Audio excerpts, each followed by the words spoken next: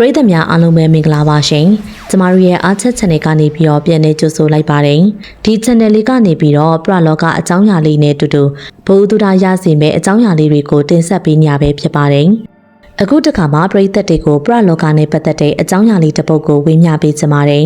။အကြောင်းအရာလေးကိုမပြောပြခင်မှာကျမတို့ရဲ့ channel လေးကို like and subscribe လေးလုပ်ပေးနေဘေးနားက notification ခေါင်းလောင်းလေးကိုနှိပ်ပေးခဲ့ဖို့တောင်းဆိုချင်ပါတယ်။ကျေးဇူးတင်ပါတယ်။ကဲဒါဆိုရင်တော့အခုပြပြမယ့်အကြောင်းအရာလေးကိုစလိုက်ရအောင်နော်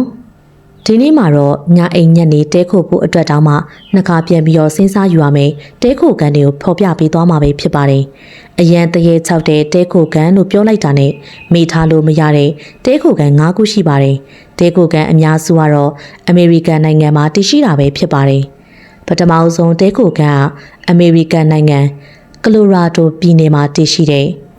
The Stanley Hotel ပဲဖြစ်ပါတယ်။ဒီတဲခိုကန်ကအပြင်ဘက်ကနေကြည့်မယ်ဆိုရင်တော့တန်တန်ရှင်းရှင်းနဲ့တဲခိုကျင်စရာကောင်းလို့နဲ့ဟိုတယ်တစ်မျိုးပဲဖြစ်ပါတယ်။ဒါပေမဲ့ဒီအဆောက်အုံကြီးတွေရဲ့အတွင်းထဲမှာတော့ကြောချဖို့ကောင်းတဲ့ဖြစ်ရက်တွေနဲ့ပြည့်နှက်နေရပဲဖြစ်ပါတယ်။1909ခုနှစ်မှာ Freeland Oscar Stanley ဆိုတဲ့သူကတည်ဆောက်ခဲ့ပြီးနောက်ပိုင်းမှာတော့ထင်ရှားတဲ့ကြောက်မက်ဖွယ်ရာဝိထုစာအုပ် The Shining ကို Stephen King ကရေးသားခဲ့တာနဲ့စပြီးတော့ဒီဟိုတယ်ရနာမည်ကြီးလာခဲ့တာပဲဖြစ်ပါတယ်။အထူးသဖြင့်အခန်းနံပါတ်210ခွန်ဟာဒီတဲခိုကန်မှာကြောက်စရာအကောင်းဆုံးနဲ့တရေအချောက်ဆုံးအခန်းတစ်ခန်းဖြစ်ပြီး Stephen King ကိုယ်တိုင်ကလည်းအဲ့ဒီအခန်းထဲမှာတဲခိုခဲ့စဉ်ဟာထူးဆန်းတဲ့အိမ်မက်တွေမှတ်ခဲ့ဘူးတယ်လို့လည်းဆိုပါတယ်။ဒီအခန်းနံပါတ်210ခွန်မှာတဲခိုတဲ့သူတွေကလည်းလူမရှိတဲ့ရေချိုးခန်းအိမ်သားနဲ့ရေတံတွေကြားနေရတာတခုခုပြုတ်ကြတဲ့အတန်တွေကြားနေရတာ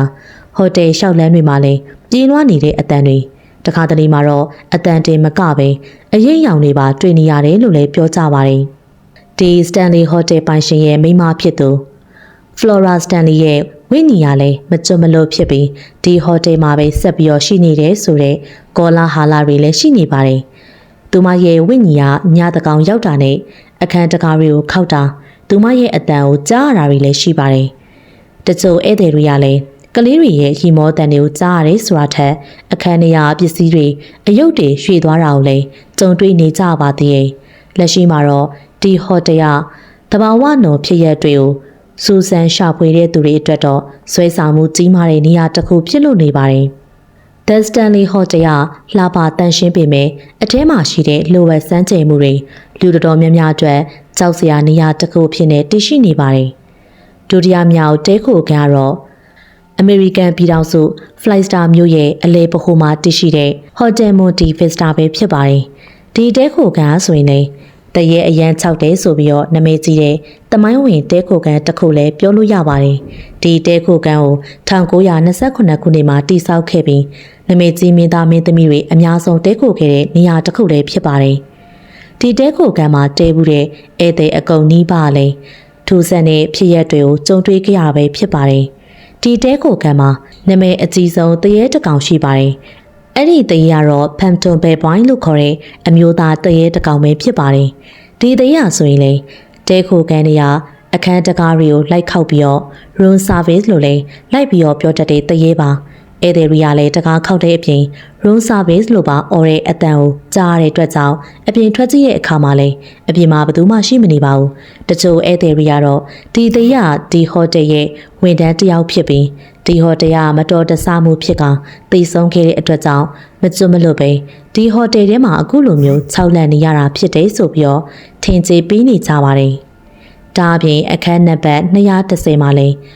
လူသိဆုံးမှုဖြစ်ပွားခဲ့ပါသေးတယ်။အဲ့ဒီသိဆုံးသွားခဲ့တဲ့လူရဲ့ဝိညာဉ်ကလည်းအခန်း210မှာပဲရှိနေသေးတယ်လို့ဆိုကြပါတယ်။ဒီအခန်းထဲမှာတဲခိုမိတဲ့ဧည့်သည်တွေကတော့တညလုံးအိမ်လိုမရလောက်ကိုမှခြောက်လန့်တယ်လို့လည်းပြောကြပါတယ်။အခန်းထဲမှာပဲရေတံတွေကြားရတာပစ္စည်းတွေပြုတ်ကြတာတခါတလေအခန်းတောင်မှာမတက်ရက်နေရဲ့လူအရိတ်ကိုတောင်မှတွေ့နေရတတ်ပါတယ်နောက်ထပ်ဒီတဲခိုခန်းနဲ့ပတ်သက်ပြီးစိတ်ဝင်စားဖို့ကောင်းတဲ့အချက်ကတော့ Midman လို့ခေါ်တဲ့လူတစ်ယောက်အကြောင်းပဲဖြစ်ပါတယ်အဲ့ဒီလူကအခန်း220မှာတဲခိုခဲ့ပြီးသူကဝယ်လာခဲ့တဲ့အသားစိမ်းတွေကိုလည်းအခန်းရဲ့အလှမီဆိုင်တွေမှာချိန်ထားတတ်တဲ့သူပဲဖြစ်ပါတယ်နောက်ပိုင်းမှာတော့အဲ့ဒီသူရဲ့အလောင်းကိုသူတဲခိုခဲ့တဲ့အခန်းနံပါတ်220မှာပဲထားရှိခဲ့ရတာပဲဖြစ်ပါတယ်။ဒီ ဒီအခန်းမှာတဲခိုခဲ့တဲ့လူတွေကတော့အထူးသဖြင့်အသားစိမ်းညှိစော်လိုအနက်မျိုးတွေရတက်ပြီးတော့ဘယ်ရမှန်းမသိတဲ့အသားစိမ်းတွေလည်းအခန်းထဲမှာရောက်နေတတ်တယ်လို့လည်းပြောကြပါတယ်ဒီနေ့ထိဟိုတယ်မိုတီဗစ်တာကလည်းထူဆန်လိလာသူတွေကြားထဲမှာထူဆန်မှုပေါင်းများစွာနဲ့နာမည်ကြီးနေတဲ့တဲခိုကန်တစ်ခုလည်းဖြစ်ပါတယ်အိန္ဒိယနိုင်ငံရာချစ္စတန်ပြည်နယ်အဝတ်ခိုင်မှာတည်ရှိတဲ့ဘန်ကာဖိုကတ်ဟောက်ကလည်းအာရှတဝက်မှာကြောက်စရာအကောင်ဆုံးနေမြေဖြစ်နေလူသိများပါတယ်။ရှေးဟောင်းအပြက်အစည်းတွေနဲ့ဝန်းရံထားတဲ့ဒီတဲခိုကန်ဟာဆိုရင်တော့ခရီးသွားဧည့်သည်တွေရတော့မှရှောင်ရလောက်တဲ့အထိကြောက်စရာကောင်းတာပဲဖြစ်ပါတယ်။ဒေသခံတွေကြားထဲမှာတော့ဒီတဲခိုကန်နဲ့ပတ်သက်ပြီးထင်ရှားတဲ့သမိုင်းဖြစ်ရပ်တစ်ခုရှိနေပါတယ်။အဲ့ဒါတော့အရန်ဥမှာဩဇာအာဏာကြီးလို့နဲ့မှော်နဲ့ဆုံးဆရာတယောက်ကမင်းသမီးလေးကိုချစ်မိသွားခဲ့တာပဲဖြစ်တယ်။ဒါပေမဲ့ကံမကောင်းစွာနဲ့ပဲမင်းသမီးလေးဟာအဲ့ဒီမှော်နဲ့ဆုံးဆရာကိုကြောက်ရွံ့တာကြောင့်ညှင်းဆိုလိုက်ပါတယ်။အဲ့ဒါနဲ့မှော်နဲ့ဆုံးဆရာလည်းလက်စားချေတဲ့အနေနဲ့အဲ့ဒီဒေသတစ်ခုလုံးကျိတ်စားတိုက်ခဲ့ပါတယ်။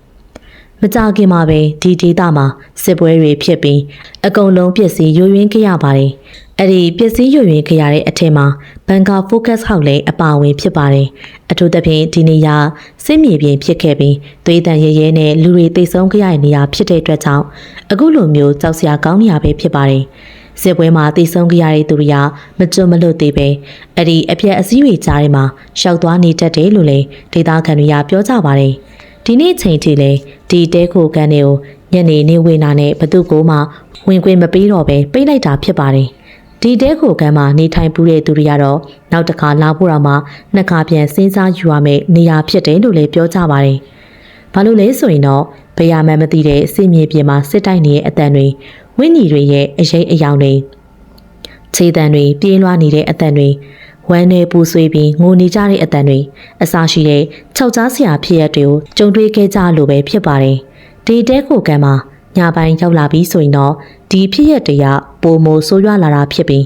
ဝင်းကြီးတွေကအသားကိုလာထိတာဝင်တိုက်တာတွေအထိကိုဆိုးရွားလာတာပဲဖြစ်ပါတယ်။အဲ့ဒါကြောင့်လေဒီတဲခိုကန်မှာဆိုရင်လူတော်များများစူဆန်လီလာဖို့ရောက်ရှိလာကြဖြစ်ပြီးညအိတ်တဲခိုဖို့ရောက်လာကြတယ်ဆိုတာတော့ရှားပါတယ်။ဒီနေ့ထိလေဘန်ကာဖိုကတ်ဟောက်ရဲ့ဒေါသကြီးပြီးတော့ဝမ်းနဲ့ပူဆွေးနေတဲ့ဝင်းကြီးတွေနဲ့နေထိုင်ရလို့လေတမတ်ခံထားတာပဲဖြစ်ပါတယ်။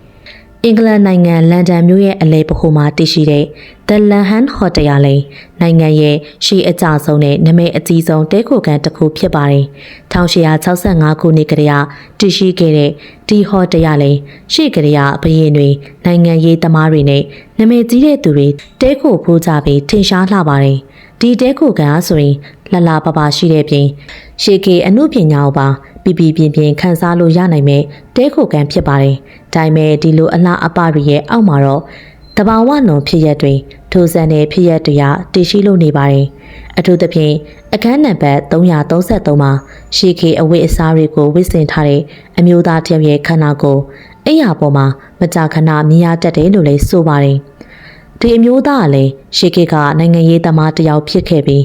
ဒီအခန်းထဲမှာပဲဆူဆူရွာနဲ့တည်ဆုံးခဲ့တဲ့အတွက်ကြောင့်အခုချိန်ထိမြင်နေရသေးတယ်ဆိုတော့ကောလာဟာလာတွေလည်းရှိခဲ့ပါတယ်။တချို့ဧည့်သည်တွေကတော့မီးတွေကဖွင့်လိုက်ပိတ်လိုက်ဖြစ်တာရုတ်တရက်လေအေးတွေတိုက်လာပြီးထူဆန်းတဲ့အတန်တွေကိုကြားရတယ်လို့လည်းဆိုကြတယ်။ဒီတဲခိုကန်ရဲ့ကြောက်စရာအကောင်ဆုံးဖြစ်ရကတော့ဒီတဲခိုကန်မှာလူသိဆုံးမှုဖြစ်ခဲ့တာပဲဖြစ်တယ်။ဂျာမန်တော်ဝင်မင်းသားတူကဒီတဲခိုကန်ရဲ့ပြတင်းပေါက်ကနေခုန်ချပြီးအဆုံးစီရင်ခဲ့တာပါ။အဲဒီနောက်မှာတော့သူရဲ့ဝိညာဉ်ရလည်းတဲခိုကန်ထဲမှာရှောက်သွားနေရအောင်မြင်ခဲ့ရတဲ့လူတွေရှိပါတယ်။သူရဲ့ဝိညာဉ်ရရှောက်သွားနေရတယ်မဟုတ်ပဲသူခုန်ချခဲ့တဲ့ပြတင်းမောင်နားမှာလည်းခဏခဏတွေ့နေရပြီးအဲ့ဒီပြတင်းပေါက်ကနေထက်ကခုန်ချနေရလို့လည်းဆိုပါတယ်။တချို့ဧည့်သည်တွေဆိုရင်ခုန်ချလိုက်တာကိုမြင်ရပြီးတဲခိုကန်ရဲ့ဝန်ထမ်းတွေကိုဖုန်းဆက်အကြောင်းကြားတဲ့အထိကိုထင်အောင်ထင်မှားတွေဖြစ်စေတာပဲဖြစ်ပါတယ်။ဒါရီမကသေးပဲဒီတဲခိုကန်မှာတဲခိုခဲ့တဲ့ဆရာဝန်လေးများနှစ်ယောက်ရဲ့ဖြစ်ရလည်းရှိပါသေးတယ်။ဆရာဝန်ကသူ့ရဲ့မိန်းမကိုတတ်ခဲ့ပြီးကိုလည်းအဆုံးစီရင်ခဲ့တာပါ။ဒီဆရာဝန်လင်မယားတဲခိုခဲ့တဲ့အခန်းမှာဆိုရင်အော်ဟေးအကူကြီးတောင်းတန်တွေငိုတန်တွေရန်ဖြစ်တန်တွေကိုနားပိတ်ထားရလောက်ထီကိုမှကြားနေရတယ်လို့လည်းဆိုကြပါတယ်။ဒီနေ့မှာတော့ The Langham Hotel က 5 star တဲခိုကန်တစ်ခုဖြစ်နေဆက်လက်ရပ်တည်နေနိုင်တယ်လို့ဆိုပေမဲ့လည်းလူတော်များများတော့ဒီတဲခိုကန်ရဲ့နောက်ွယ်မှာရှုပ်ထွေးပြီးစမ်းကြယ်လွန်လာတဲ့တဘာဝနုံဖြစ်ရတွေရှိနေသေးတာကိုတော့ယုံကြည်ကြပါတယ်။နောက်ဆုံးတဲခိုကန်ကတော့အမေရိကန်ပြည်ထောင်စုကယ်လီဖိုးနီးယားပြည်နယ် Long Beach ကမ်းခြေမှာတည်ရှိတဲ့ The Queen Mary Hotel ပဲဖြစ်ပါတယ်။ဒီတဲခိုကန်ကတော့စိန်ကန်သင်းမောပေါ်မှာတည်ဆောက်ထားတဲ့တဲခိုကန်ပဲဖြစ်ပါတယ်။အရင်တုန်းကတော့ The Queen Mary ဆိုတဲ့သင်းမောကိုပင်လယ်စာတင်တဲ့သင်းမောတစ်စင်းဖြစ်နေအသုံးပြုခဲ့ကြဖြစ်ပြီးလက်ရှိမှာတော့တဲခိုကန်တစ်ခုအနေနဲ့ဆက်လက်အသုံးပြုနေရပဲဖြစ်ပါတယ်။ဒီ The Queen Mary သင်းမောကိုတော့1936ခုနှစ်မှာစတင်အသုံးပြုခဲ့ပြီးတော့ဒုတိယကမ္ဘာစစ်အတွင်းမှာစစ်သားတွေကိုသယ်ဆောင်မှုတဲ့သမိုင်းဝင်သင်းမောတစ်စင်းဆိုလည်းမမှားပါဘူး။တခါတော့က The Queen Mary သင်းမောGregor ဆိုတဲ့နာမည်နဲ့ကြော်ကြားခဲ့ပြီးတော့အမြန်နှုံးမှာလဲဆရာတဆူးလူတော်မှတင်စားခဲ့ကြပါတယ်။ဒီသင်္ဘောပေါ်မှာလဲလူသေးမှုပေါင်း1000နီးပါးအထိကိုရှိခဲ့တာပဲဖြစ်တယ်။ဒါကြောင့်ပဲတဘာဝလွန်ဖြစ်ရတွေနဲ့ဝိညာဉ်တွေကပုံမများပြားလာခဲ့ပြီးကြောက်စရာကောင်းလာတာပဲဖြစ်ပါတယ်။ဒီသင်္ဘောရဲ့ကြောက်စရာအကောင်းဆုံးအခန်းကတော့ B340 ဖြစ်ပြီးမီးသီးတွေအလိုအလျောက်ပိတ်လိုက်ဖွင့်လိုက်ဖြစ်နေအောင်ဧည့်သည်တွေရဲ့စောင့်နေကိုဆွဲချတာစားတဲ့အထီတောင်မှကျန်းတက်နေလို့လည်းပြောကြပါတယ်။အဲဒါကြောင့်ပဲ DB340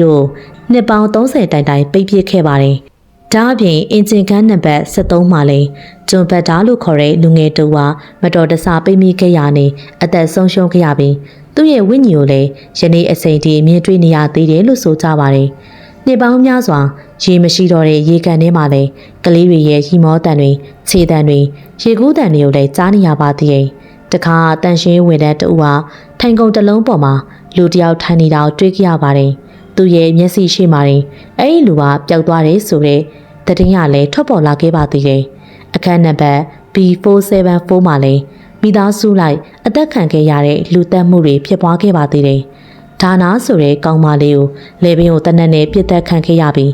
သူ့ရဲ့အမေနဲ့ညီမဖြစ်တဲ့သူကဆူဆူရွာရွာအသက်ခံခဲ့ရပါတယ်။သူတို့ရဲ့ဝိညာဉ်ရလည်းအခန်း B474 မှာမကြာခဏတွေ့ရတတ်ပြီးအခန်းထဲကနေအိုဟစ်တန်တွေအကူညီတောင်းတဲ့အတန်တွေတယောက်နဲ့တယောက်ထွက်ပြေးဖို့အတွက်အော်နေကြတဲ့အတန်တွေကိုကြားနေရတဲ့ပြင်သူတို့ရဲ့အညိုကြီးရဲ့ဝိညာဉ်တွေရလည်းဧည့်သည်တွေကိုလည်းသူတို့ခံစားခဲ့ရတဲ့အတိုင်းကြံလေ6လန့်တက်တယ်လို့လည်းပြောကြပါတယ်။ဒီနေ့မှာတော့ The Queen Mary Hotel ရလဲတမိုင်းဝင်တဲခိုကန်တစ်ခုဖြစ်ုံသားမကပဲတရေအချောက်ဆုံးနေရာတွေထဲမှာပါဝင်လာခဲ့ပြီးစူဇန်လေးလာတဲ့သူတွေအတွက်ကတော့ဆွဲဆောင်မှုရှိတဲ့တဲခိုကန်တစ်ခုလည်းဖြစ်ပါတယ်။ပရိသတ်များရှင်ကျမတို့ရဲ့ channel လေးကနေပြီးတော့ပရလောကနဲ့ပတ်သက်တဲ့ဘုသူဒ္ဓရစရာအကြောင်းအရာတွေကိုတင်ဆက်ပေးခဲ့တာပဲဖြစ်ပါတယ်။နားဆင်ပေးခဲ့ကြတဲ့ပရိသတ်များအားလုံးလည်းတာယာပျော်ရွှင်တဲ့နေ့ရက်လေးတွေကိုပိုင်ဆိုင်နိုင်ကြပါစေရှင်။